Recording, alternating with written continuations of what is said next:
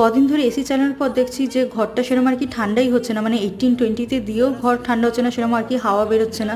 তো মানে ওর জন্য আর কি ভাবলাম যে একটু এসি সার্ভিসিং করানোটা দরকার। আর অনেক মান্থও হয়ে গেছিলো যে এসি সার্ভিসিং করাইনি, তো ওর জন্য আমি আরবান ক্লাব থেকে আর কি বুক করেছিলাম, মানে প্রত্যেকবার আরবান ক্লাব থেকে আর কি বুক করি। তো দুটো দাদা এসেছিলো আর কি ক্লিনিং করার জন্য। আর এরমই কপাল বলে না, মানে যেই মেশিনটা আর কি নিয়েছিল ওরা ক্লিন করবে বলে, আর যে কোনো একটা পার্টস আর কি ভেঙে গেছিলো, তো ওর জন্য বাপি দোকান থেকে একটু ফেভিকুইক নিয়েছিল, সেটা দিয়ে আর কি লাগিয়ে রাখে, তারপর 1 ঘন্টা আর কি ওয়েট করার পর তারপর ওরা আর কি ক্লিন এইসব আর কি করছিল। আর ওদের প্রসেসটা সত্যিই খুব ভালো লাগে। আর এতটাই বাইরে গরম, কী বলবো, রোদের মধ্যে এসেছিলো দাদারা, তো দাদাদের জন্য একটু রসনা বানিয়ে দিয়েছিলাম। আর তারপর হচ্ছে চলে যাওয়ার পর আমি সব ঘরগুলো আর কি ভালো করে আর কি ক্লিন করে নিয়েছিলাম, তারপর স্নান টান করে একদম লাঞ্চ করতে বসে গেছিলাম। আজকে লাঞ্চে ছিল হচ্ছে ডালিয়া, বেগুন ভাজা আর কই মাছ। আর আমার বেশ ডালিয়া বলো খিচুড়ি বলো, আমার বেগুন ভাজা দিয়ে, মানে বেগুন ভাজা হলেই হয়ে যায়, আর কিছু লাগে না।